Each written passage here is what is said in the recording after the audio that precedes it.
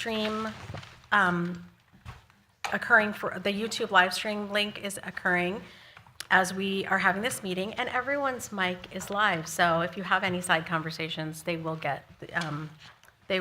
affect the quality of the recording. So let's get started with a roll call. Nicholas? Today is March 26, 2025. The time is 4:32 p.m. and those in attendance are Carla Gurgiolo. Here. Joanne Harris. Here. Josie Martinez. Here. Andrea Sanchez Muniz is absent. Marianne Valdez Hernandez. Here. Fernanda Cardenas is absent. Michelle Dalbis Robledo. Here. Marcy Ince. Here. Beth Graham. Here. Judy Cruz is absent. Jasprit Kaur. Here. Board Chair, we have a quorum. Thank you. Let's start with the approval of minutes. So the minutes were sent out to you in advance. They're also at your place. This is for the February 26th board meeting. And if you can take a look at them, and then I'll entertain a motion for approval.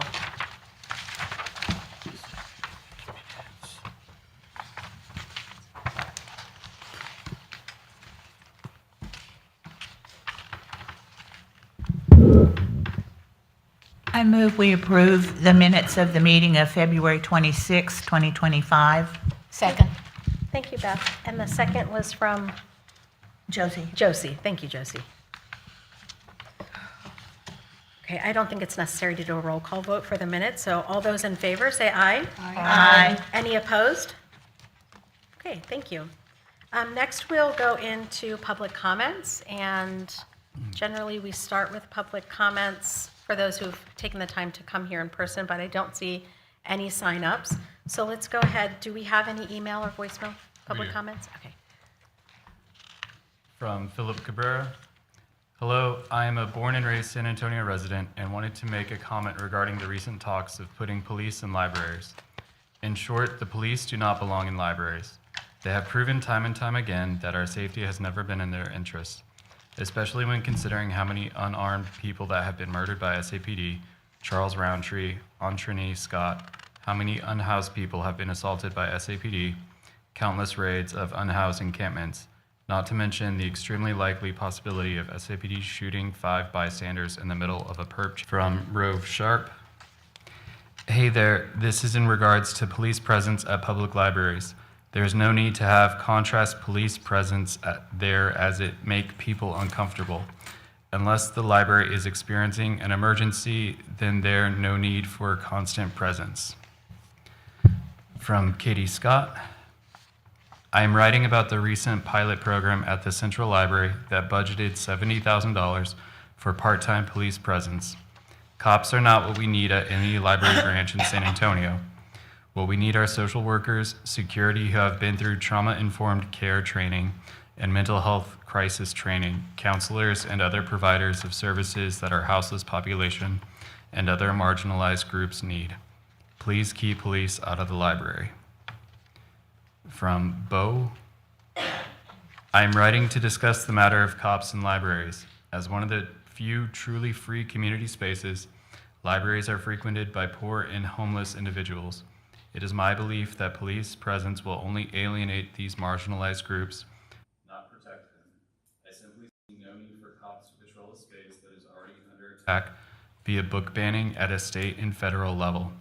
I am vehemently against cops in libraries. From Maria Cruz. ICE does not belong in our public library. Books and knowledge should be available to all people. From Andra Zhao. I would like to keep SAPD or any commanding government authority related to or with a history of force out of public libraries. I firmly believe that there is absolutely no reason for police officers to be within libraries, where the atmosphere is meant to encompass the tranquility of literature. The presence of such a source known to use force and brutalism imposes a discomforting atmosphere to the point where it feels more unsafe than safe, due to the nature of the department's purpose. Furthermore, I believe the stationing of police officers in libraries also sends a misleading message. If there is a mostly peace and a very distinct lack of discord on the premises, what is the importance of their presence? Will there be something horrible happening in libraries soon? Is there an abundance of threats that require immediate attention in such a place? Having police stationed within these areas promotes a specific discomfort for myself and many others as well, and to my beliefs will distract more than they protect. Additionally, what is the point in paying those with authority to stand idle when we could be using these funds to promote community and to better our libraries, if anything? Concluding my opinion, all that'll come out of this is the police standing around, bored and wishing for their skills to be put to use in other helpful civic ways. While everybody else goes about their day wondering why their tax dollars are being funneled towards something so plainly useless. Don't get me wrong, though, I'm sure there are rare instances in which security is needed during certain happenstances. However, in the light of said happenstances, just hire a security guard. Security guard positions exist for a reason and are not needlessly governmentally funded and are not overtly excessive. From Claudia Betancourt, cops in the libraries is a difficult conversation. As a frequent visitor to San Antonio libraries since youth, I can't help but express concern for having police in the libraries. After speaking to staff and volunteers in many branches and others in the community, I can't say having the police is something I can support. The library was one of the few places as a child that my undocumented father was able to bring me comfortably. As an unhoused teen, I was able to sleep and stay safe from the weather when I was alone. Now as a married adult, I can still go to the library with my nephews and friends.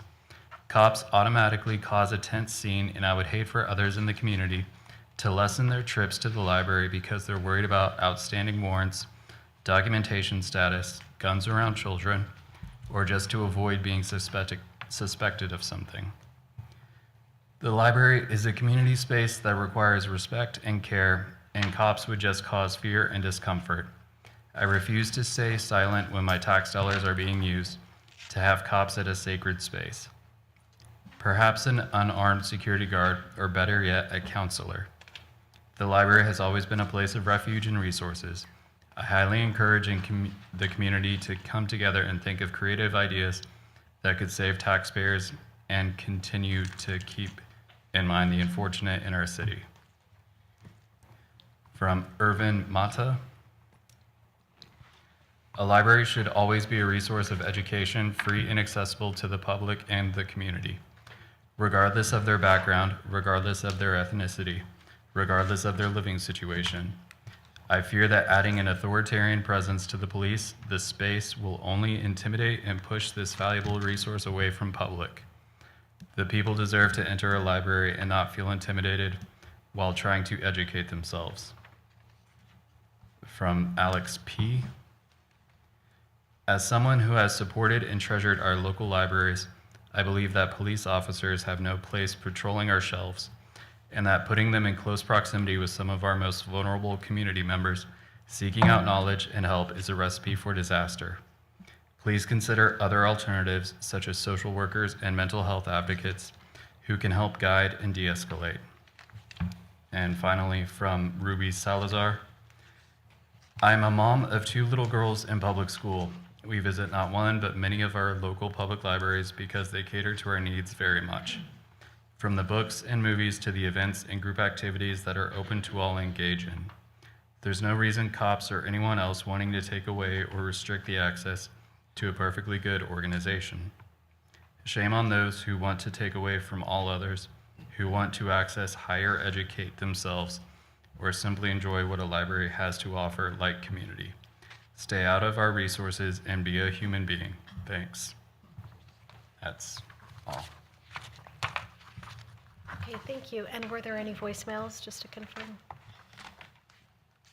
No. Okay. Thank you. Next, we'll go to a report from the library board chair. So I welcome all of you here, and I want to congratulate Judy Cruz, a mayoral appointee, on her reappointment to the Board of Trustees. Also, a couple of library-related events that I'll share is that I had the privilege of, alongside Assistant City Manager David McCary, who is here, to meet with Sukrit Goswami on his first day. And that was definitely a very exciting highlight and an exciting moment. I also had an opportunity to visit with the branch librarian at John Igo Library and had a really nice visit with Gamini Haluana. And while I was there, one thing I want to praise about Igo is the way that they display their collection. It's just really fantastic how they're constantly rotating. I feel like I've been there even like consecutive days in the same week, and I noticed little tweaks. It might be because so many things are flying off the shelf, they're replacing them quickly. But I was really impressed with that, and I took the opportunity to share that with him during my visit. And he shared with me a comment card that he was really proud of, and I asked if I could share it with all of you. So it says, "I want to recognize the IGO library staff with the front desk for being warm, friendly, authentic, and helpful. We switched to this being our primary branch, even though it's further from our house, because we haven't found anywhere else where the team initiates connection." So great work at the IGO branch library, and something that's been recognized by the patrons.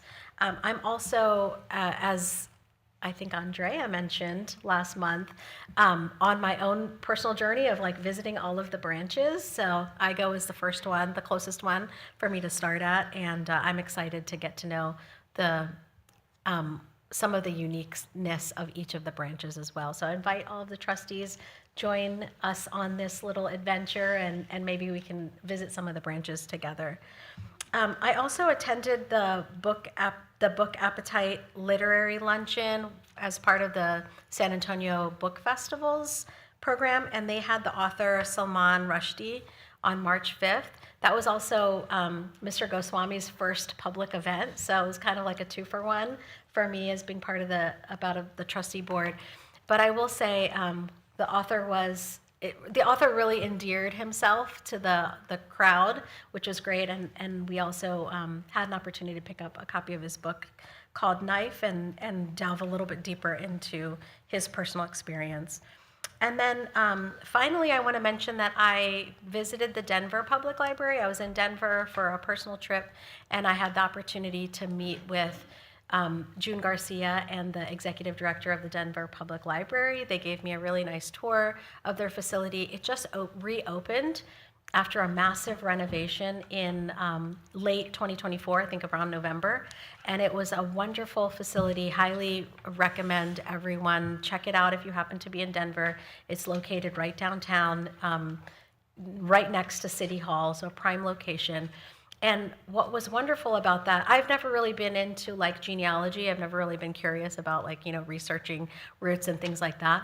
But they have an amazing genealogy department that has records going back hundreds of years.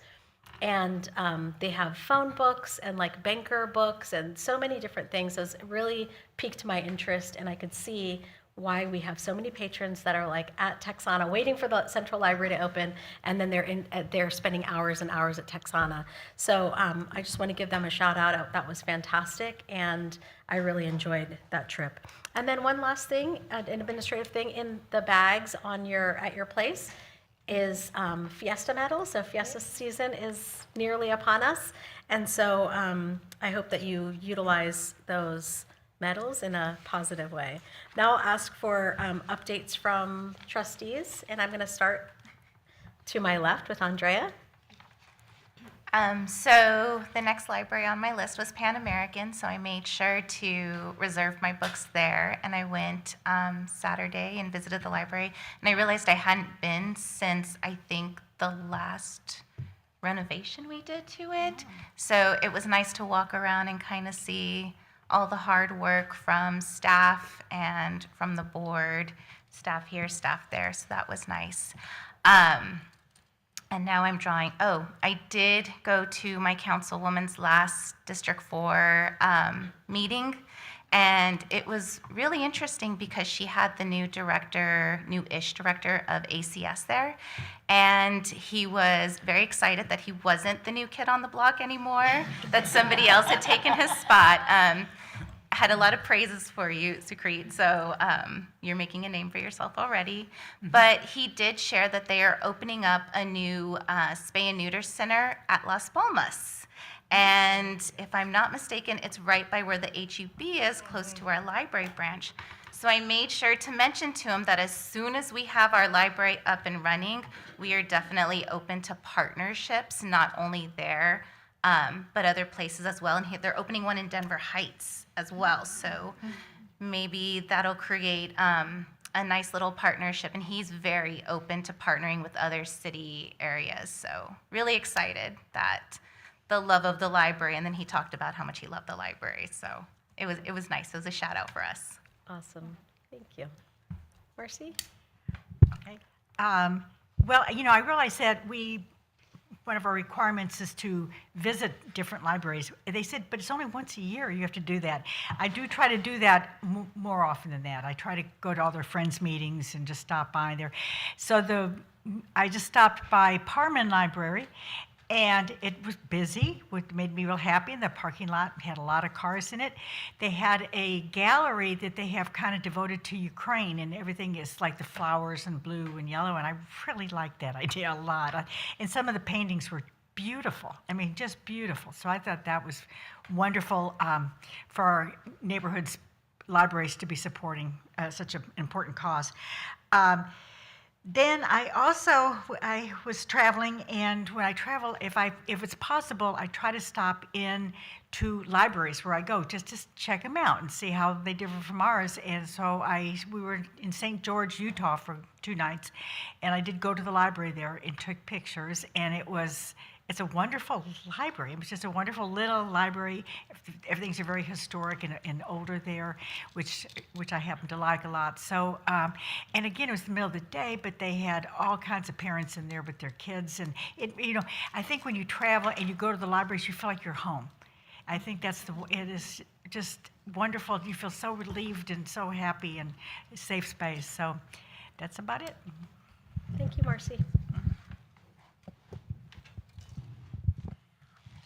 On March 23rd, I attended the Friends of the Library meeting, and I had the very great honor of announcing the hire effective March 3rd of our new director, and he was so warmly received at the Friends. Additionally, Liz Alves Presley, that was her first meeting, and man, I gave her the 2 thumbs up. She did such a fabulous job and just infused it with so much enthusiasm and really got us going again. And I was also very, very honored to thank the staff who served in interim positions, particularly Kathy and Haley, but so many others who we jiggled around, and they all served so well, and we are always so gracious and thankful for that. What else? I know the naming committee met, and we're going to have an action item. And then on March 25th, I was over at Macrelis Library for the first time, my first time yoga class there. And Lodi, one of the staff members who's in charge of the Learning Center there, was kind of coordinating it. And she was also, she said she was surprised because that night there were probably 10 of us. And it's just a little small area that we have, but we utilize it so well. And she made us all feel so comfortable and at ease because, yoga, good God. We had everybody from being able to twist into like a pretzel to me, who's kind of just sits there like a board, but made us all feel so welcome, and that made us felt like we had achieved something really, really big. So thank you to Lodi. We'll be coming back very often. I think that's it. Yeah. I attended the meetings of the budget and advocacy committees, and also one of my very favorite events that SAPL does, which was Pop Madness. Hugely successful. Paul Scheer, do I have that right? Yeah. I was telling Scott, one of my problems is I no longer understand all the references, who these people are. But his presentation was packed. It was standing room only in the auditorium. And then he signed copies of his book, and he was so great with the public who were there to meet him. And all the staff were enthusiastic. They looked like they were having as much fun as the public was.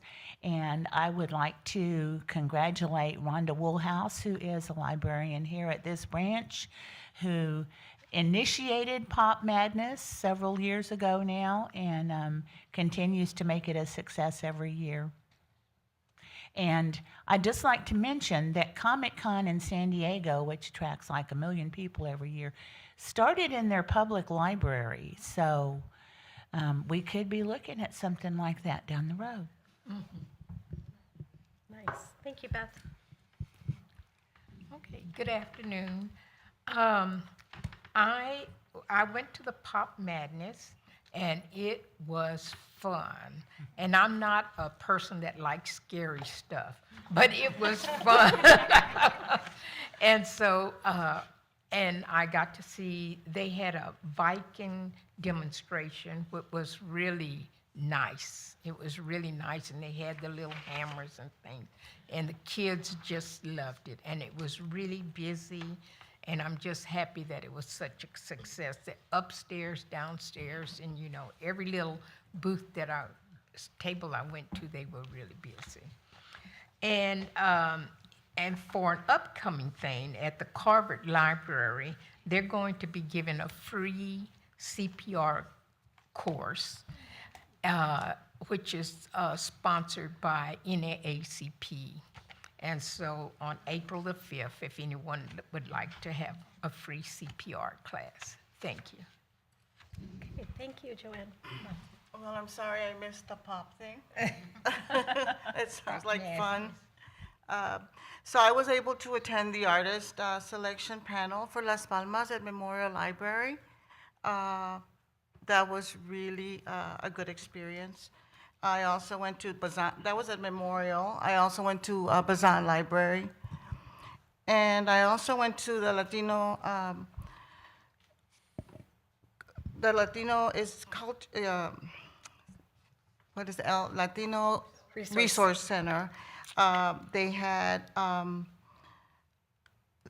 Eduardo Chavez, which is Cesar Chavez's grandson. So he had a movie at Trinity the day before. That was on March 18th, a Tuesday. So he had a movie at Trinity that they previewed, and then he had a Q&A at the Latino Resource Center. So that was really good. And then I also attended the facilities and the naming committee. Great, thank you. I am on a quest to visit all of the libraries. And I have to be honest, I know mine so well that you have a tendency not to go anywhere else. So I went into the IGO library, which is near my home, and it is lovely. It's set up very different from Maury Maverick. I love the parking lot, I love the shade, I love the trees. But more than anything else, I loved the activity in that library. There was a lot of activity there. And I went home. I'm from Connecticut, a little town, and I went to revisit my local library. And I took a couple of pictures of it. We have P.T. Barnum in the front of the building because that's where P.T. Barnum was from, and a statue of him. And some of the memorabilia that used to be at the Hertzberg Museum is now back up in Connecticut, and I enjoyed that quite a bit. I went over to the Briscoe. I thought that was an interesting visit. Please make sure you do so if you get the opportunity. It is, even the garden outside is lovely, and I brought friends there because they were from out of town. So other than that, I have been dealing with the Final Four, getting ready for that. I don't know how many people are watching it, but I am, and invested. And so, and that would be it. Awesome, thank you, Michelle. I'm excited to be reappointed, so thank you very much. I also was able to go to the Parman to see that beautiful exhibit. I saw it advertised on social media, and it really looked beautiful, but I cannot tell you, when you see it in person, it is definitely very powerful. So I invite everybody to go see it. I think it's there till mid-April. And then I saw on social media the Pop Madness being advertised, sent it to my neighbors. They went, they had a blast because I knew they were into that. So congratulations to everyone who put that on because it was amazing for them. They couldn't stop talking about it. And then I'm looking forward to, I know it's Women's History Month, and I saw a great segment on KSAT about the event on Saturday about the exhibition that is talking about the women who schools were named after in the San Antonio Independent School District. So that's on Saturday. Looking forward to that. And then the book festival is coming up. Looking forward to that too. Awesome. Thank you, Judy. The first week of my month was spent in DC advocating for the parks, our national parks. And so during that time, in between meetings, I stopped into the Library of Congress, and I forget how magical it is in there. You know, all the stacks, and they're like, you know, as high as the ceiling. So that was nice to like go in there and kind of bring yourself down and, you know, have a little moment of peace. And then attended the naming committee, met with my councilwoman, Dr. Sokor, to kind of discuss upcoming library events. And then on April 12th, I registered my nieces, which I know is the same day as Book Festival, but for Princess in Training at the Carver Branch Library. I'm so excited about it, and so are they. So definitely looking forward to that April 12th event. Thank you. All right. Thank you, everyone. You're up next. Good evening, everyone. And I want to start by expressing my gratitude to the staff, the board, and the community. I'm honored to be here and excited to serve as the director at SAPL. The staff has been incredibly welcoming and helpful as I transition into this role, and I truly appreciate their dedication and support. A special thank you to Kathy, Haley, and Jessica for their exceptional work during their interim period. Their leadership and commitment helped ensure stability and continuity for SAPL, and I deeply appreciate their efforts. Over the past 2 weeks, I have been actively listening, observing, learning, and asking a whole lot of questions. I have done 2 virtual Meet the Director town halls with library staff, and I believe they were well attended. Both our meetings had over 100, Dale would say, 100 machines. I have been visiting library branches and meeting our exceptional staff to understand their unique strengths and needs. I also look forward to meeting with each trustees in the coming weeks to get to know you better and share our vision for future. I look forward to working together to ensure San Antonio Public Libraries continue to thrive and grow under our collective leadership. Now, the customary director report is included in the board packet, and if you have any questions or need any clarification on any information in the report, please don't hesitate to ask.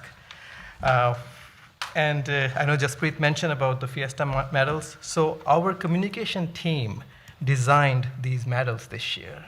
So Scott and his team, kudos to you for doing such a great job. They really are beautiful. And I would like to acknowledge and thank our Assistant City Manager, Mr. David McCary, who is here with us today.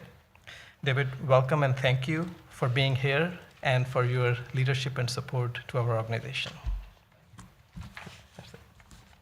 Okay, thank you. Were you going to go through anything else? No. Any questions on the director's report? Questions or And comments? it's mostly just curiosity. I noticed that visits and circulation are both up year to date, but digital access is way down. And I just wondered if we have a theory about that. That's a great question, and I think for this, we know Adam is prepared to answer us all. Okay. Yes. Thank you. We expected this question. Yes, thank you. Good evening. So, yeah, the negative trend, we spent some time trying to investigate what was going on. Last summer is when we set our targets for this year's director's report.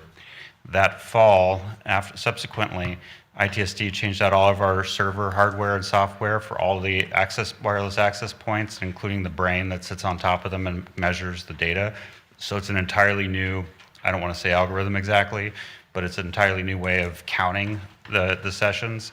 We're still trying to get to the bottom of it right now, but what my understanding is that it's much more accurate now. The new counts are looking at the technology differences, because the old system was 9 years old, and so it was measuring cell phone data and things like this in an older way. So the new one, we're still trying to understand a little bit better, and we plan to meet with ITSD a little bit more to figure out just exactly what the numbers mean, dig into it. Okay. Any other? Thank you. I think there's a follow-up. I'd be interested when you get the answer. Yeah, we'll have something for you.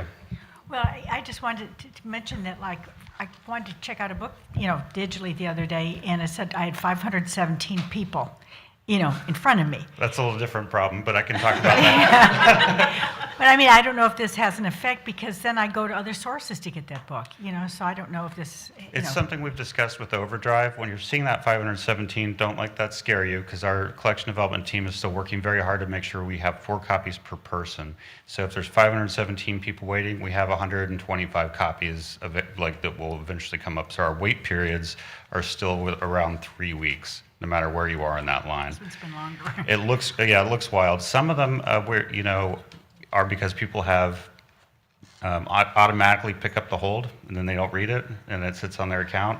Some of them are not picking up the hold, so you may look at 517. 200 of them might be people who are saying, pause this, I'm not ready for this book yet, and so it's going to number 201 in line first, if that makes sense. So. From my standpoint, there's a lot of people using it. So yeah. The numbers may not be accurate, because I find an awful lot of people using it. Oh, especially new titles, books. popular titles that are in the New York Times list. Yeah. You better believe it. So I understand. And do we, it raises a great question just from the user experience, right? Like if you see that 517, is there an estimation? I'm trying to think of it, but I can't think of exactly what the messaging looks like. Mm-hmm. Do we estimate when you would receive that item? Like, is there an estimated amount? Of course, it would have to be a guess. We don't know who's going to snooze and how long it takes someone to read or listen to a book, but is there some type of it will most likely be in this time frame? Yeah, when you look at across our entire digital collection, Overdrive calculates the average wait time for us, and that's 21 days. Is that shown in the user message? menu? Yeah. I don't believe it is. Okay. And it's the kind of thing we've been talking to Overdrive about, get rid of the people who are snoozing so it doesn't look like you're sitting in front of 500th in line when you're not exactly, or just, you're probably let's say the ratio is 4 to 1. You might be 100th in line for the 4 copies or something like this. It's the way the division works. Is that something that we can ask them to change, or are we using, how customizable is our implementation of that Overdrive? Not super customizable, because it's true for all people who own Overdrive. It's what we call those are user enhancement requests that come from the user group of Overdrive, which is almost every library in the world at this point. But Troy is going to be attending the Digitapalooza conference this summer, which is hosted by Overdrive in Ohio. So he often takes meetings and expresses interest in improvements at that meeting, because they usually vote on things like that there. So, yeah, I would love for it not to look as daunting. And I'll say, too, one of my first things Ramiro ever said to me was, why are 1,000 people in front of me in line for this one book? And we had to go buy him a book. But, let me know which ones you're seeing. I mean, if you're experiencing excessive wait times, just contact me. I can take a look into it. It's hard to say without knowing the exact title. And I think, because we don't want to do something special for the trustees, right? We want to understand what the average patron is going through. Yeah. So when you're preparing for that conference that you mentioned is in the summer, are you going with a prioritized list of enhancements so that it's clear what San Antonio Public Library is rating as highest? Sure. We have a representative that we communicate to in real time what our needs are and what our problems are. This is one that we've mentioned to them before. It takes sort of the community voice to make a system-wide change to the product, though, as you can imagine, in your line of work, same thing. Yeah, Yeah. absolutely. Okay, thank So, you. yes. Yep. Beth. Are we sort of cooperating with other libraries that might see the same need to kind of increase the impact of our ask for Oh, these? with Overdrive? Yeah. Well, I mean, we are a pretty significant user of Overdrive in the country. San Antonio has a lot more collection and being borrowed than most other major cities in the country right now. The biggest being Seattle, and then other collectives like LA and Queens Library in New York are also major players. But yeah, I mean, that community conference is that opportunity to sort of stand together and say these are the problems. I'm not sure that that's even the most major issue. I'd have to go back and look at the user enhancements list because, of course, they have to prioritize their system development time.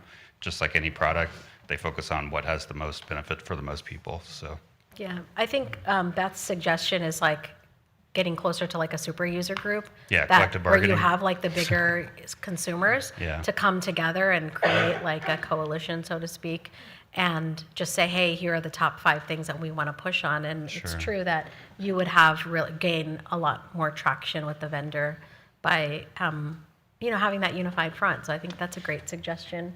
If the director and team are open to it, we share that input.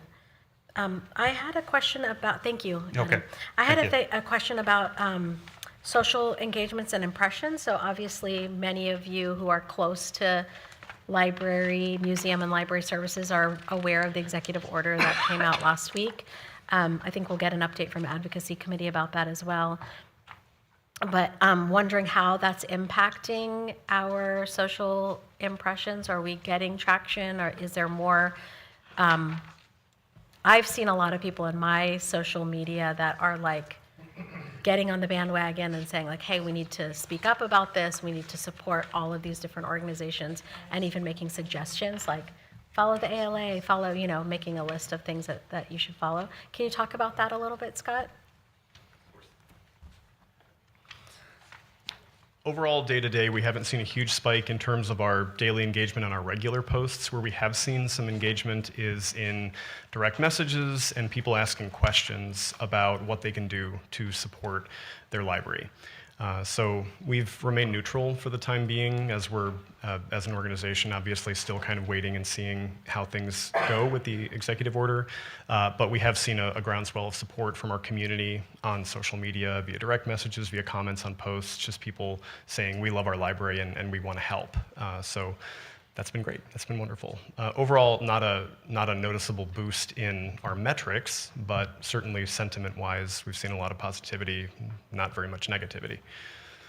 And any opportunities for us to like reinvigorate our library card campaign as a response to this? That's focused on our own organizational goals and not really delving into the political aspect of. I think we're almost out of those cards, but certainly I think that promoting signing up for the library and sharing with your fellow friends and family to sign up for the library as well is the best possible way you can support. So that is the message. When people ask a specific question, how can we help? That's what we tell them, is to spread the word about what they love about the library, tell their friends and family to sign up as well. Yes, ma'am. Thank you.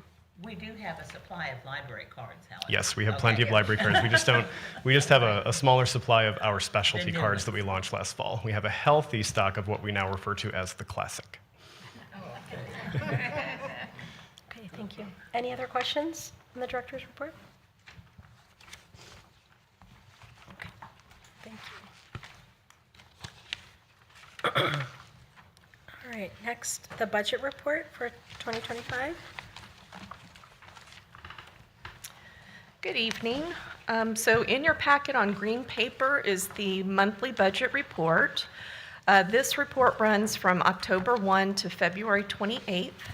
We are 42% elapsed in terms of the time that has passed in the fiscal year. And you'll see for most of the categories of spending, we're on track. As is typical, we run a little ahead on contractuals because some of the items are encumbered early in the year and then paid out through the year. And then we usually run a little bit behind on capital outlay, which you'll see on page 3 of your packet, because those are furniture and equipment replacements and new items that we have to put on order. You will see that the 2024 gifts have rolled off your report, so you won't see that section anymore because we were 100% spent, but you'll see the 2025 gifts, the new gifts, on the report that we received in January from both the foundation and the Friends. The foundation gift is primarily endowment money, and so we spend quite a number of dollars of that in the summer for our summer reading program, so you'll see that spending accelerate as the year progresses towards the summer. And if you have any questions, I'd be happy to get Adam Zaby up here to answer them. Questions on the budget report? Okay, thank you. Okay, thank you.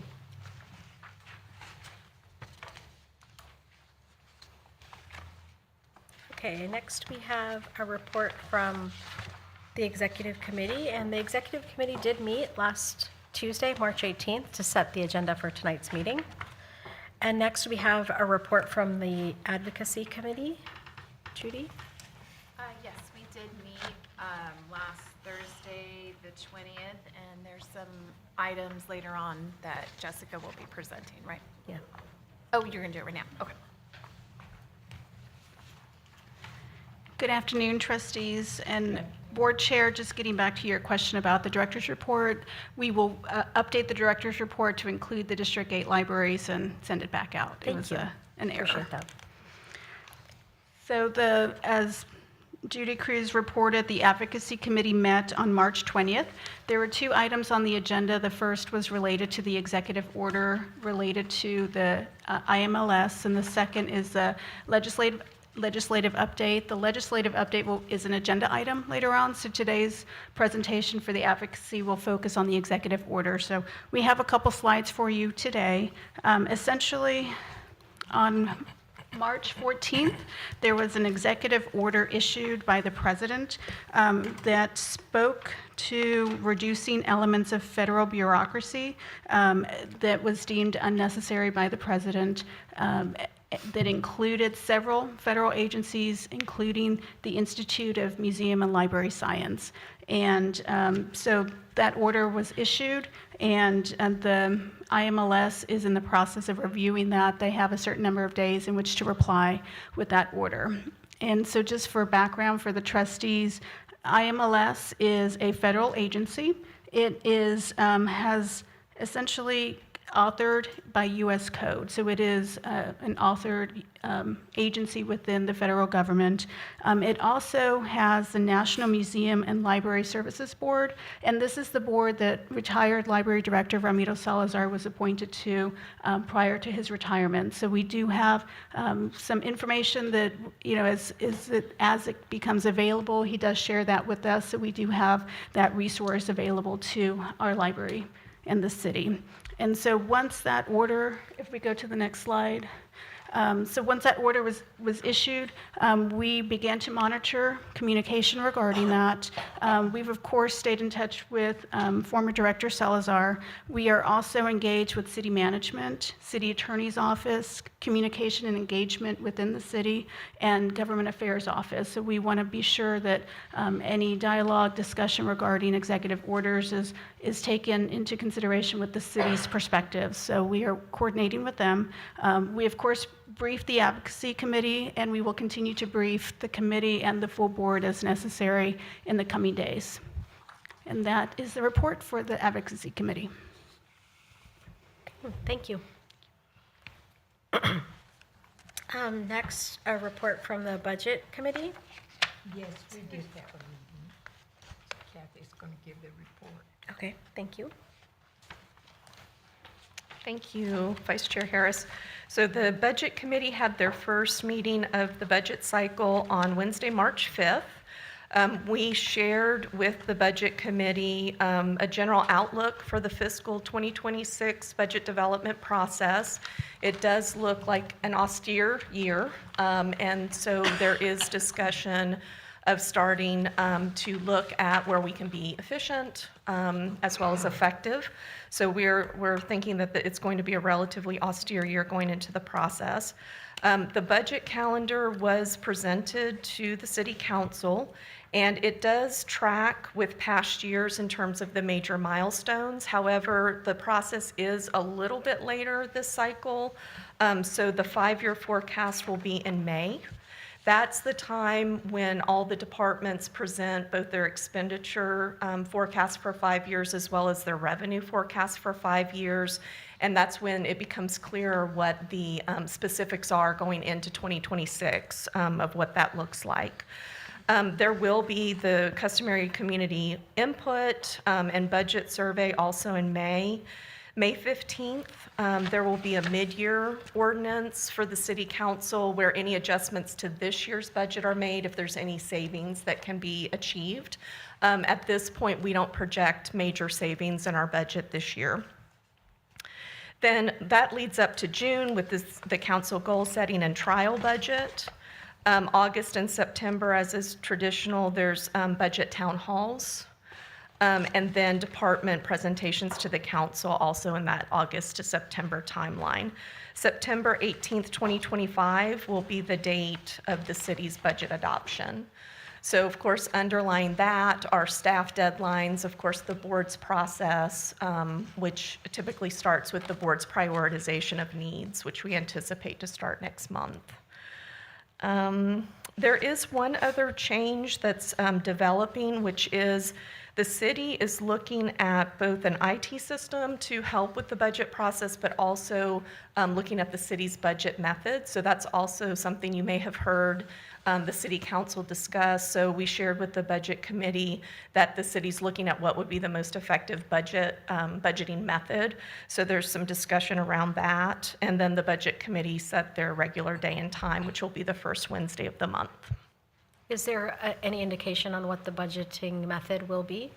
There's discussion that it will be a hybrid method, which with some elements of zero-based budgeting, some of priority-based budgeting, and some of programmatic budgeting. So kind of a mix, a special sauce for the city. And so there's conversations ongoing. It'll primarily affect in terms of the system, next year's budget, but I think there'll be some elements of that discussion incorporated this year too. Okay. That said, we don't have clear deadlines of things like improvements or if there's any efficiency exercises this year, but we should have more information about that soon for the budget committee. Okay. Any other questions for budget committee? Thank you. Okay, thank you. Next, the facilities committee. We did not meet. Okay. No updates. They're all in the board packet, so if there are any questions, though, feel free to ask. Okay, thank you. Next, update from the naming committee. The naming committee did meet. Dale will give a report. Thank you.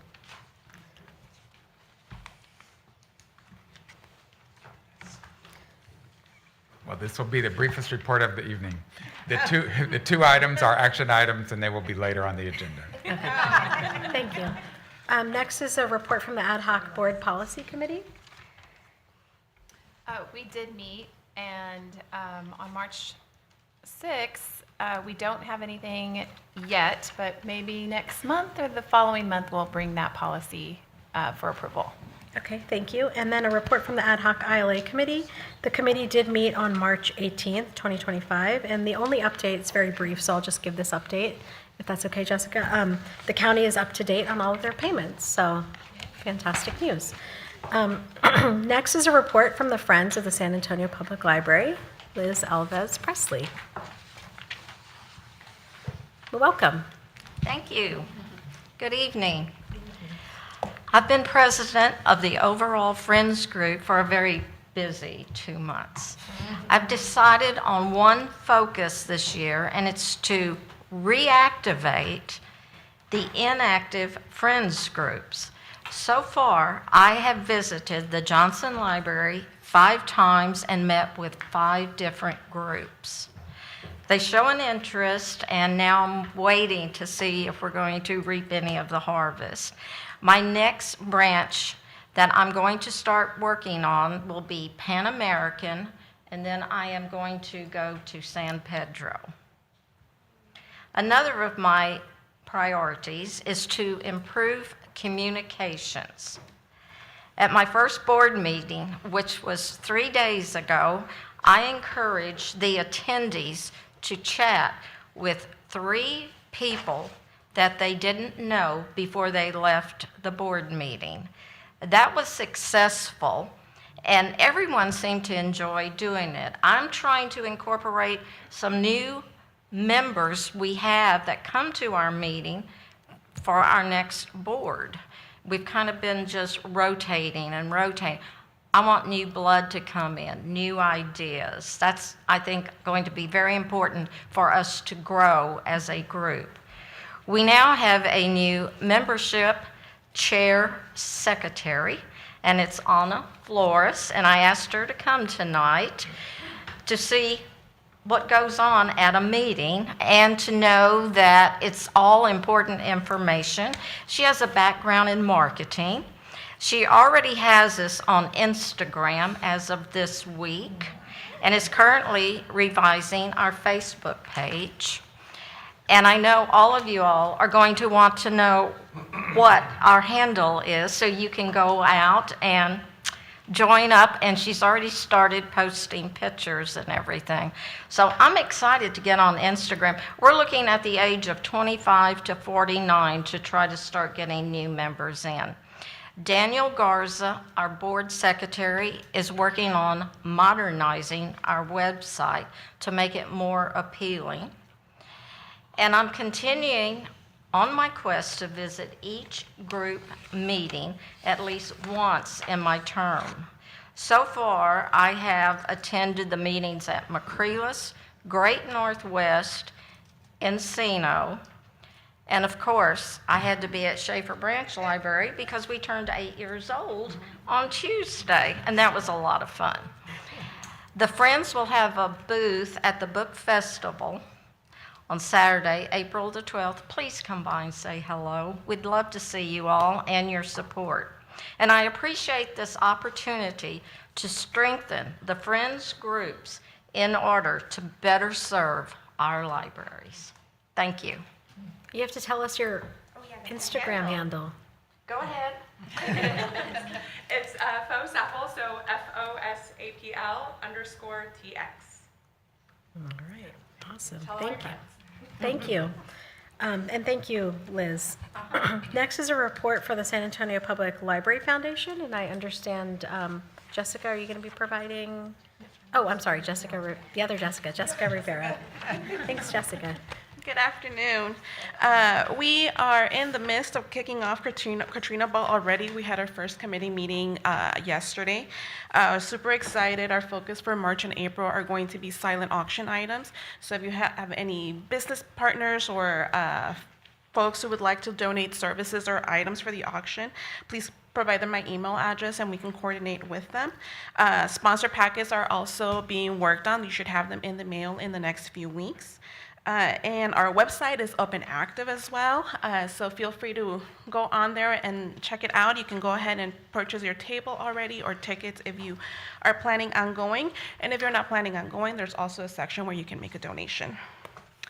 Our annual report will be going out in the next 2 weeks or so. We're running a little bit behind on that, but it should be going out, so keep an eye on that in your mailboxes.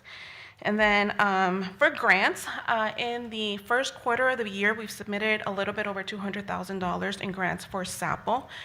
We have a few more grants for the second quarter in the pipeline already, so starting to work on those with the SAPL team. And then on April 12th, we'll be at Book Festival, same place with our literacy caravan, so make sure you stop by, take a free book, and get on the caravan. And then lastly, we are doing something a little bit out of the box. On April 10th is National Farm Animal Day. We are going to be celebrating this day with our literacy caravan at St. John Birchman's in District 5 from 9 to 11. We are partnering with Winding Branch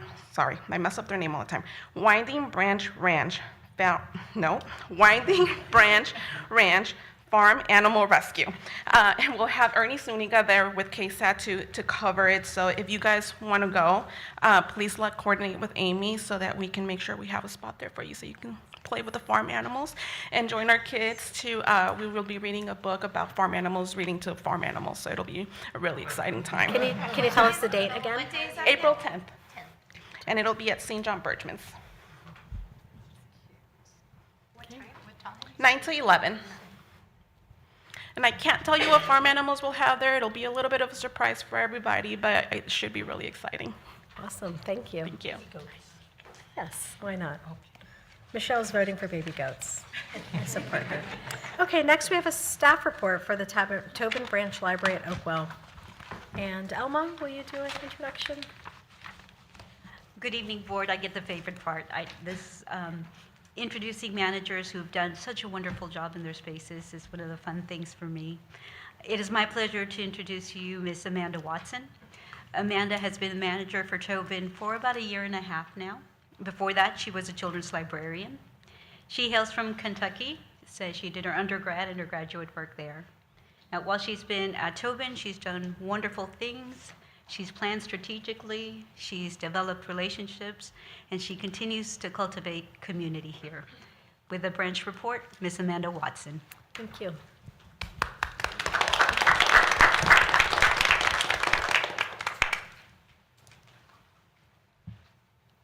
All right. You may want to adjust your mic too. Thank you. Good afternoon, library board, staff, and stakeholders. And thank you, Elma, for the introduction. I want to welcome you all to the Tobin and Oakwell Branch Library. And I want to tell you a little bit about what makes us unique and about the people I get to work with every day. So I would say the defining characteristic of our location is that we're next door neighbors with Garner Middle School, and that means on any given school day, we see up to 120 unattended 11 to 15-year-old students. And it's a lot. So I'm really proud to tell you all, I'm so proud. I could talk about this all day, about how between last school year and this school year, the Tobin team has worked to decrease our incident reports here by 60%. Oh, that's awesome. 60%. I'm just so thrilled, but I'm even more thrilled to tell you about how we did it. So, starting in January of 2024, we looked at our space and we started making notes about the hot spots where conflict was most happening, especially during that after school time. And we physically changed our spaces in order to minimize that conflict. And that was a great first start. But what really kicked it up a notch was in February when we started meeting with the school staff and administration, and we learned about the behavior management techniques and the language that they use over at the school. So we could mirror that here and speak to the students in a language with words that they understand, words that they were used to. And that was fabulous too. But then over the summer, the staff and I met 6 times. And every single time we met with something like an agenda. We did a community needs assessment, we did a SOAR analysis, we worked really hard to just think strategically about some new things we wanted to implement for this upcoming school year. And the students have responded. We got the new school year started off in a great way. We came in early one morning to serve breakfast to all 120 Garner staff to really cement that relationship that we have with them. And we're going to be featured in the Garner yearbook this year. We're super excited about that. So the students have responded. Every day we greet them at the door. We know a lot of them by name. We asked them how their day went. None of my staff have been, cursed at or threatened this year. Incident reports are down 60%. We're just so thrilled. So all of this was through teamwork, and I'm really excited to introduce you all to the people who made this happen. So on the next slide, we'll start with our Children's Services librarian, Lisa Ramirez, and there's some pictures of her programs, but especially to note is Toby the therapy dog. He comes every other week for Read to a Dog program, and he's just a delight to have. Next, We have Connie, our teen services librarian, and there's a photo there of the teen room, which, as you might guess, is very heavily used here. So it received some updates last year, so we're very grateful for that. And next is Rhonda of Pop Madness fame. We have some pictures of her really popular Bridgerton Tea Party program that she had here. That was super fun. And also a photo of the computer classes that we hosted from the Learn at SAPL last summer. It was very well attended here. We've got 3 library assistants, Terry, David, and Sabrina, and they do some really cool programs for us. Terry, in particular, has been really interested recently with cultivating some relationships with the adult daycare services that come here every week for field trips. So that's been exciting to see. She's done some adult story times for them. And next, we have our circulation attendants, Lauren, JC, Michael, and Linda. And Linda has been here for 20 years, so we are very excited to have her experience on our team. And now our library aides, Holly, Sharon, and Kathy. And also pictured is our Spanish space, which got a little refresh last year, and our longtime custodian, Terry O, who keeps us in tip-top shape. We're very fortunate to have them on our team. So I just want to brag. I want to brag about how great these people are and how none of this would have been possible without them. Everybody is really pitched in, and the results speak for themselves. I know every school year will be different, but I don't think we just got lucky this year. I think that it took a lot of effort, and I'm excited. I'm excited to work here and to make this place a more safe and welcoming environment for everyone. So thank you for giving me the opportunity to brag about them a little.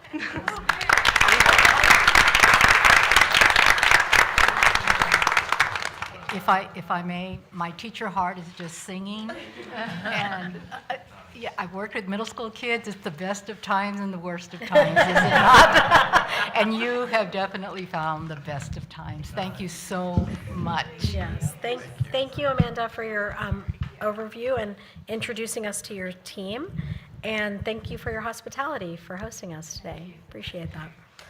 Next, we have a staff report, status update on the study entitled Improving Safety at the San Antonio Public Library Through Needs Assessment. First, I have to say I really don't appreciate following Amanda. That's not nice. But we do have a really important report to give to you on a project that we've been working on for some time. So as you know, we're partnering with the University of Texas San Antonio School of Social Work on a 2-part study entitled Improving Safety at the San Antonio Public Central Library Through Needs Assessment.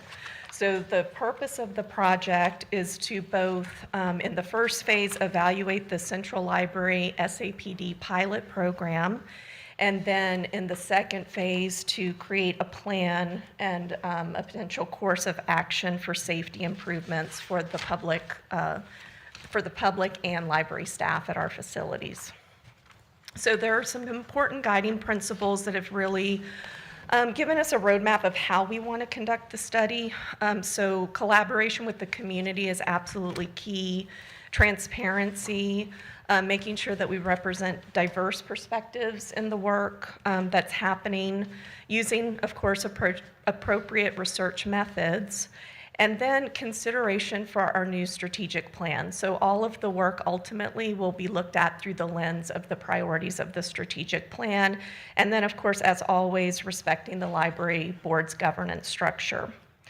So this may look familiar. This is just a roadmap of the phases. So you'll see in just a minute some of the specific milestones that we've hit in phase 1.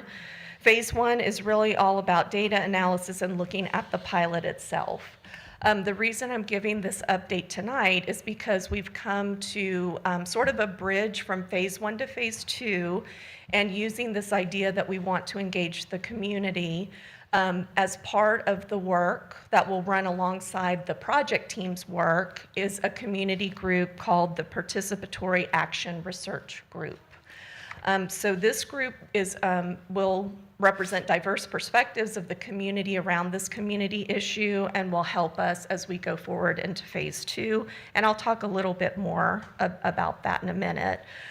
So going into phase 2, we can go on to the next slide. Can we Edward. go, do you want us to hold the questions till the end, or can we ask questions as you're going Either along? way, whichever you prefer. On that previous slide, can you just give us an idea of the time, what is the time frame for phase 1? Yes, so the time frame for phase 1, you'll see in just a minute that we've conducted most of the analysis and several other key steps. So we anticipate bringing an interim report that goes over the phase 1 findings in the next couple of months. Okay, thank you. And so phase 1 progress, what have we done so far? So there's been a lot of analysis of existing data, so library incident reports. We've surveyed the staff twice about the pilot, and then also SAPD reports and statistics. Our researchers that are partnering with us have done a literature review of topics related to what we're studying. We had 2 large convenings of the community using the World Cafe technique, which was very productive to look at some of the data, get input from a wide variety of people. And then also there's been a focus on getting input from staff. So we had 2 input meetings for staff, 1 virtual and 1 in person. And then for those who maybe didn't feel as comfortable sharing their input in a group setting, we also did office hours so they could visit more individually. And so again, to Jaspreet's question, we're wrapping up the analysis of phase 1, and we anticipate bringing forward an interim report in the next couple of months. So again, right now, as we wrap up phase 1 and go into phase 2, the creation of this group, the Participatory Action Research Group, we took a couple of steps to do that. So the project team thought about what perspectives we wanted to have represented on this group. And so we put together a matrix of the different perspectives that would seem appropriate. So for example, library users of Central, some of our partners. So for example, John Costello is on the group from the Friends. And then various other kind of community entities that serve various populations, like, for example, the unhoused. So back in January, we sent an email to the board to get some input on the makeup of the group, and then that kind of concluded the formation of the group. They've had their first meeting. It was very successful. Dr. Haley Holmes gave an overview of the library system.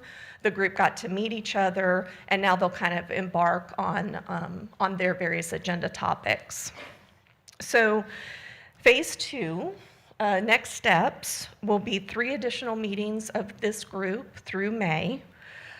Also, the researchers will conduct up to 90 interviews of staff, patrons, and community members. They'll also conduct focus groups, which is just another technique to gather input from various stakeholders. And then, as had been discussed in one of the prior board meetings, we're doing a peer library survey. So it's of large urban libraries to see what they're doing in the space, what tactics they use for safety. And then, of course, at the end of the project, we'll deliver a comprehensive report. So with that, I'll pause and see if you have any other questions. So, I'm just curious on what libraries you're looking at to, how they're handling it. Which libraries? Which libraries we're looking at for the peer survey. Yes. So we're looking at, we're the 14th largest library in the US. So we're looking at the top 20. For the interviews and the focus groups, what criteria are they using to decide who gets selected? Well, one reason there's such a large number of interviews is that we want to take anyone who's interested in contributing, but it will be focused, some of the interviews will be focused on members of our team who have directly experienced incidents at the Central Library, as well as many of the team members who have witnessed those incidents. So there'll be a big staff component. There'll also likely be interviews of other stakeholders. So one that we actually just talked at a project meeting yesterday is there is a particular chief at the police department who has done a lot of work in this space, and so that would be an interview. Other communities of interest. So we don't have a detailed list yet of all the interviews, but that's why it's such a robust grouping, because we want to get it spread as wide a net as we possibly can. And then is that the same with the focus groups as well, or is that more specific to this focus group is specifically users between the age of this and this? This is specifically our in-house. This is specifically our staff. Yes, so it is more limited in terms of the number of focus groups because it's a pretty time-intensive process. But for example, I hope you don't mind me sharing, but Trustee Graham gave a lot of good feedback about the makeup of the PARG group, as we've been calling it. And so one of the pieces of feedback was, hey, be sure to consult with the neighbors around Central. And so we're going to convene a focus group to get that input. So that's just one example. Mm-hmm. Yes. How many people are in the park? There are 11. 11. And Are they mostly representatives of organizations, or are they individual? Are they acting It's individually? about half and half. And we have a handout that we can share that has the members and what perspective they're representing, if that's Thank you. helpful. I'd like to see Okay. that. Thank you. The focus groups with the stakeholders, that's different than the PARG? It Can you is. Provide a little bit more clarity on that. Sure. So the one of the tactics in the participatory action research methodology is to have a community group that basically advises the project team as the work happens. The focus groups are more of a one-time thing where there's particular questions asked because it's a community of interest. So for example, the neighbors, as I mentioned. Sure. So one group is ongoing and one group is kind of assembled for the purpose specifically of focus groups. Okay. And can you give us a refresher on the role that UTSA is playing and the role that our staff is playing in this study? Yes. So we actually have a backup slide of the project team that might be helpful. Yeah. So this is just a refresher on the project team. So the project team is made up of both researchers from UTSA. So we have two primary researchers, Dr. Todick and Dr. Johnson. And so they've been involved with the project for the whole time period. Then they get some assistance with an assistant social work professor as well as a graduate research assistant. And then we tried to assemble a team on the staff side that represented a lot of the different areas of the Central Library. And so these are the team members on the staff side. And then finally, there's Maria Vargas Yates. She reports to Maria Villagomez, who's responsible for the police department, the fire department, and public safety in general. And she is the director of an office called the Integrated Community Safety Office.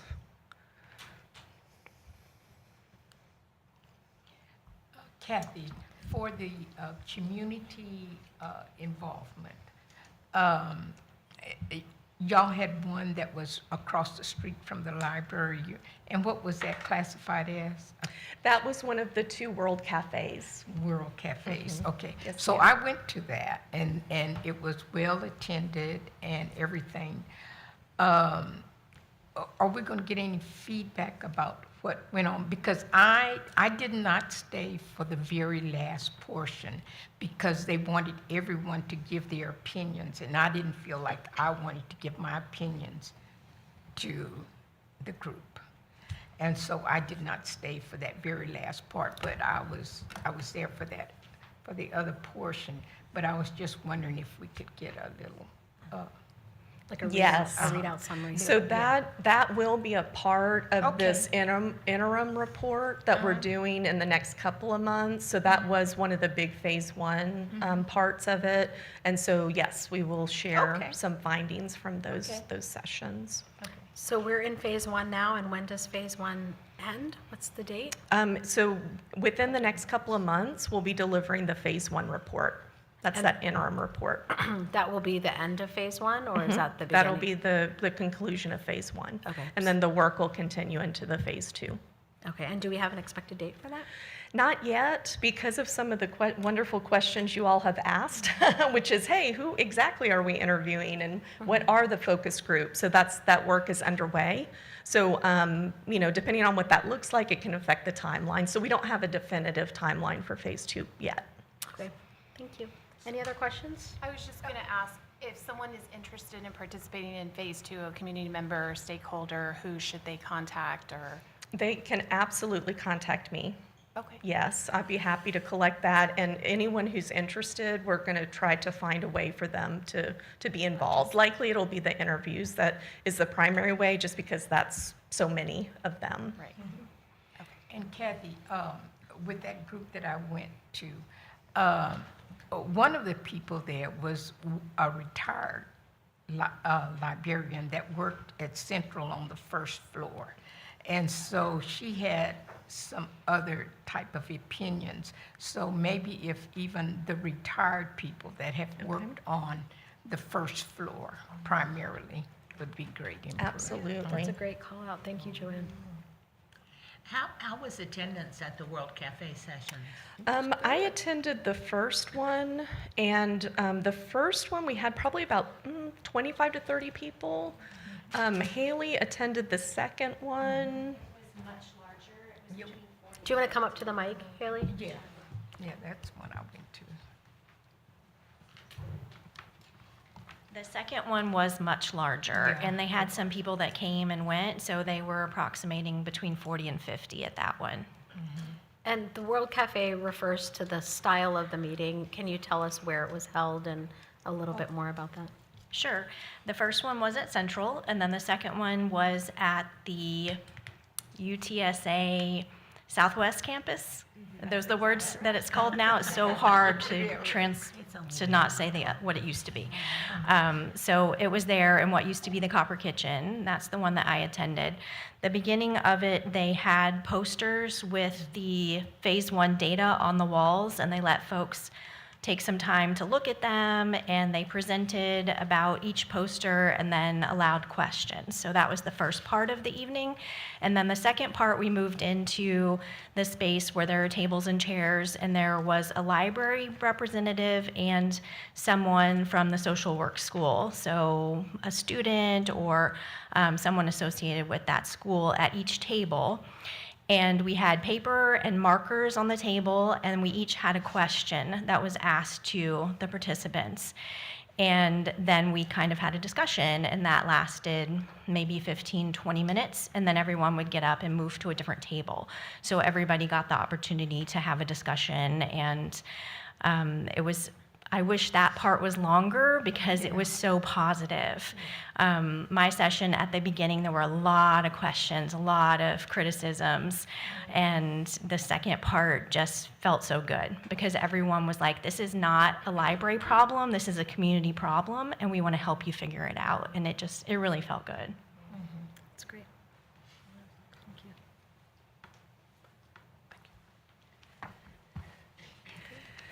And was there one other question? I heard someone, no? Okay, thank you. Okay, thank you so much. Oh, take one, yeah. Thanks. Okay, next we have a staff report, an update on the 89th regular Texas legislature session. Good evening. I'm joined this evening with two partners from partnering city departments. We frequently partner across the city on various initiatives, so I'm really excited that we have Eduardo Carrasco here with Government Affairs, who's supporting us in this area, as well as Cristina Hernandez with City Attorney's Office, who you're familiar with. So they're joining us today for this topic because we do collaborate quite a lot. This is just a general overview of the timeline of the 89th regular legislative session for the Texas legislature.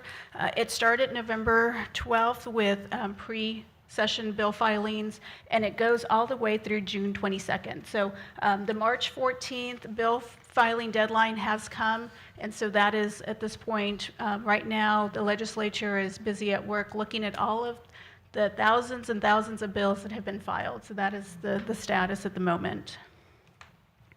This is a summary slide that just shares with the board that the library, as does other city departments, works closely with the City of San Antonio's state legislative program.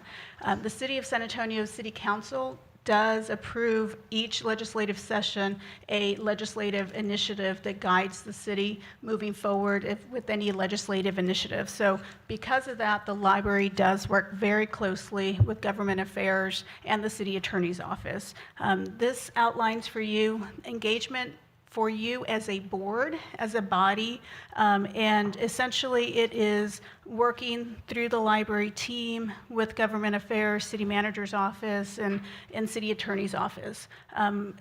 I do share also that as an individual, just like members of council and other elected officials, you can do some things as yourself. So there is nothing that precludes you as trustees to act as an individual. However, it's just very clear that you would be doing so not as a body, but as an individual. So this is sharing that information with you. As we, the library department, approach review of legislation impacting the library or even the city, there are many things that we take into consideration. We look at feedback from our legislative delegation. The city has a really great relationship with our House and Senate members, so we do engage as necessary with them. We work together with government affairs. The city contracts with consultants who are essentially lobbyists who work on our behalf. So if necessary, that is a resource that's available to us as it is needed. Additionally, we work with Texas Library Association. We stay in close contact with them. If there's anything that we need to engage in with them, they're a resource as well. We also look at partnerships. For example, we have a partnership with Northeast Independent School District with the Molly Pruitt Library. If there's anything related in that area that we're seeing that's gaining traction, we can and will reach out to that partner just to see where they are with various issues. So those are some of the things that we undertake and the items that we look at as we're doing bill analysis for us. There is also an opportunity, if it's available, to do a testimony when go up to Capitol and present a testimony, and that is always done in coordination with government affairs to ensure that we're in line step in that messaging. So this shares with you, it's a very complex system, but we are very thoughtful in making sure that we coordinate as we need to. So far, we are tracking 17 bills right now. This gives you a sense of how many bills that we're looking at that are library related. And then there are also other bills that aren't specific to libraries but do have an impact because we are a public facility. So we're also tracking some of those bills as well. So 11 bills are library related, 6 are just generally municipal related or public facility related. You'll notice that a couple of them have 2 bills or 3 bills. It's either a companion bill, so they're one House, one Senate, or in one case, it's identical. So there's 2 House bills and 1 Senate bill. So I've listed them all here. We're tracking. We're talking actively with government affairs, Christina. So we're working together on reviewing of those bills. And so the next steps for us is to continue to track, basically set up alerts so that I'm getting alerted anytime anything has traction. We're watching those carefully, continue our engagement with government affairs, and then the advocacy committee will continue to be briefed as things progress. If things in the legislature can move very quickly, they can move slowly. It's just unpredictable sometimes, so we are just staying in touch and making sure that we monitor. And that is today's presentation. Any questions from trustees? Jessica, are there any bills that are of outstanding interest as far as impact on the library is concerned? There are different bills that right now, the ones that we're tracking, all but 2 are in a very neutral state, that in the sense that they're only being heard in committee. They haven't moved. So right now we've looked at them. We're monitoring them. There's 2 that have moved out, but they're on the Senate side. So if those start getting traction, we'll look at those more closely. But right now we don't have a lot that we're too worried about with where they are in the process. And of course, they can be stopped in committee and never make it to the floor. Exactly. Yep. Yep. Which 2 on the Senate side are there? Do you want to go back and? Yeah. This one, the So if a SB trustee 18. wants to write down the number, they're That's able me. to. I got you. Let's see. So Senate Bill 13 has been passed and sent to the House, and it's been received by the House. And Senate Bill 18 has been passed by the Senate, sent to the House, and received by the House. Jessica, is SB 2328 supposed to be up there twice, or are we missing one? It is up there. 28. It's up there Oh, twice, it is is what there she's saying, twice. yeah. It is possible that I have. Let's be. I am. I think I just copied and pasted too many times. Thank you. It's to make up for District 8. Yes. I know. Directors. Just a question out of curiosity, there's 2 House bills related to SB 240? Or are those? Yes, okay. somebody, 2 legislatures filed identical bills. But separately? Separately. Okay. They're not co-authored, they are separate identical bills, which is interesting. Yeah. It's maybe an election year for one of them, or both of them. Yes. Yeah. Okay, great. Thank you. Any other questions? Thank you, Jessica, for that report. And thank you, Judy, for your continuous leadership on this advocacy session. Okay, so we have our first action item, which is up next, review and consider recommendation from the naming committee regarding the naming of HEB Community Room at Las Palmas. Dale? Yes, good. I think it's still afternoon, right? Good afternoon, Madam Chair, trustees, library director. So I have 2 items here, so when we finish this one, I'm not going to just go sit down. I'm really telling myself that.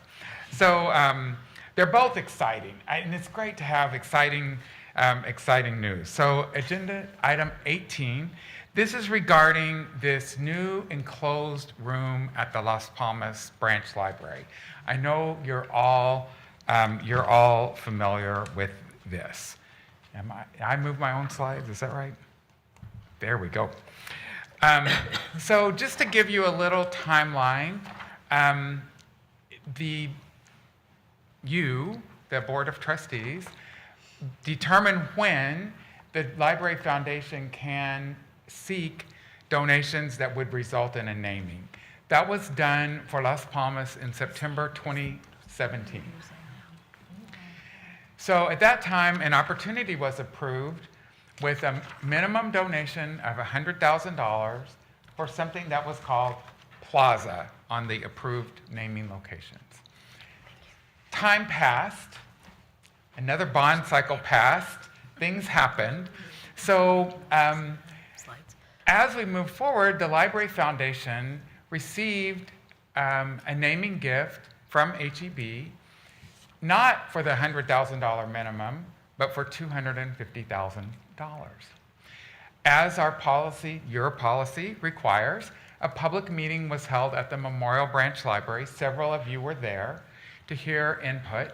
There wasn't really any negative input at that meeting about the HEB part of the name. However, a couple people pointed out that, well, a lot had happened, and this was no longer a shaded structure in front of the library, and the West Side Development Plan calls for something specifically called a plaza to eventually be developed that would be behind the library and the YWCA, which that would be awesome. Let's just say when it happens. So there was some concern about the name Plaza. So the naming committee met, considered the public input, Everybody was fine with HEB, but we decided, okay, let's not call it Plaza. Now, that meeting was in September. And then as you can see, the naming committee didn't meet again until February. What happened in between? What happened in between was staff, the foundation, the branch manager were engaged in conversation about what should the name be if it wasn't Plaza. I'm not going to tell you all the hundreds of words we came up with. It was hundreds of words. What we ended up recommending to you, I think, is the best. And that is to simply call it HEB Community Room.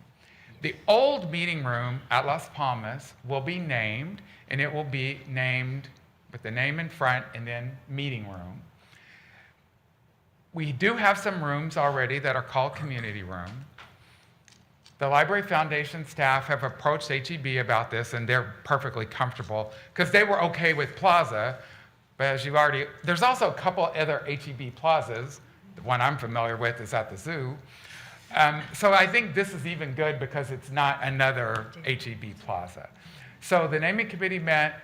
This is their action bringing to you the suggested name of HEB Community Room in recognition of that gift. So this comes to you from the naming committee and from this lengthy public and staff process. Thank you for the background on that, Dale.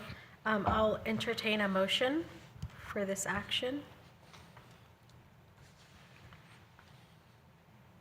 If someone is so moved, yes. I'll motion that we name it the HEB Community Room. You can read that if you'd like. Oh, there we to. go. Yeah. In the newly enclosed space at Las Palmas Branch Library, the HEB Community Room in recognition of the gift of $250,000 for this project. I'll second it. Okay, so we have a first from Michelle and a second from Marcy. Any questions, comments, or discussion?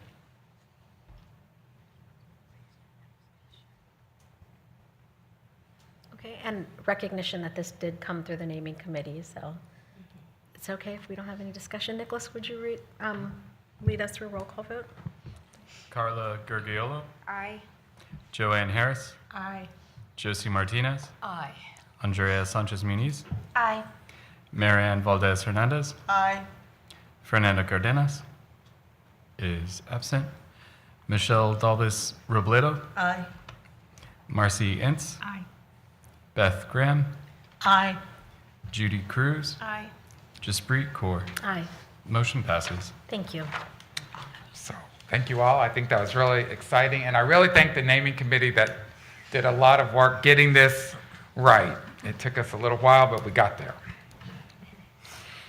And of course, the Jessica's. Yeah, there's Jessica behind me. I wasn't looking far enough back. And of course, the foundation for securing this, this very generous gift that's really going to make this room beautiful. Our next item is equally exciting, and that is not it.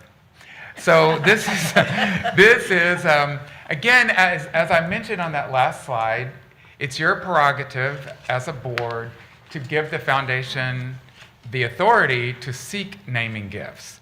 And we have two separate items here that I'm going to talk about briefly. And we'll see on the next slide, you can make this as a single motion, or if you prefer, you could divide it into two. That's completely up to you. So what are these two things? One, the first one is a teen area at the Forest Hills Branch Library. In September of 2020, this board approved that naming opportunity, but what we would like to do is increase the dollar amount. The project is going to be much larger than originally envisioned. And then the foundation has some pretty strong leads for improving the teen areas at the Cody, Guerra, and Pan American branch libraries. So what we're thinking about, or what we're bringing to you for your action, if you do choose to do that, is to amend the named opportunity at the Forest Hills Branch Library to $100,000, which would actually cover what needs to be done. From what amount? I should have put that on this. It was just $10,000. I was going to say that, and then it just seemed like that could not be right. I should have put it on the slide. Yes, it was just $10,000. So it was originally imagined to be a little bit of furniture, but this is going to be a much bigger project. And this isn't that the foundation couldn't find someone to donate $10,000. It's not that. It's that they pretty much have a good lead on someone who can donate this larger amount, but it seems more appropriate to ask, for them to line up better. Does that make sense? Yes. Okay. And then for Cody, Guerra, and Pan American, the amount would be $75,000. Of course, the donor could give more, as we saw at Las Palmas, but these are the lowest, the minimum amounts for a naming gift for these areas. So I'm happy to answer any questions, and this is the possible action slide. Okay. In consultation with our secretary, I'm going to propose that we do two separate actions. So the first one will be an amendment, and we'll entertain now a motion for that action item. I'll make a motion to amend the September 27, 2020 board-approved naming opportunity for the teen area at the Forest Hills Branch Library. I'll second. Okay, a first from Judy and a second from Carla. Yes, ma'am. Thank you. Nicholas, could you lead us through a roll call? Of course. Carla Gurgiolo, Aye. Joanne Harris, Aye. Josie Martinez, Aye. Andrea Sanchez Muniz, Aye. Marianne Valdez Hernandez, Aye. Fernanda Cardenas is absent, Michelle Dobbs Robledo, Aye. Marcy Ince, Aye. Beth Graham, Aye. Judy Cruz, Aye. Jaspreet Kaur. Aye. Motion passes. Thank you.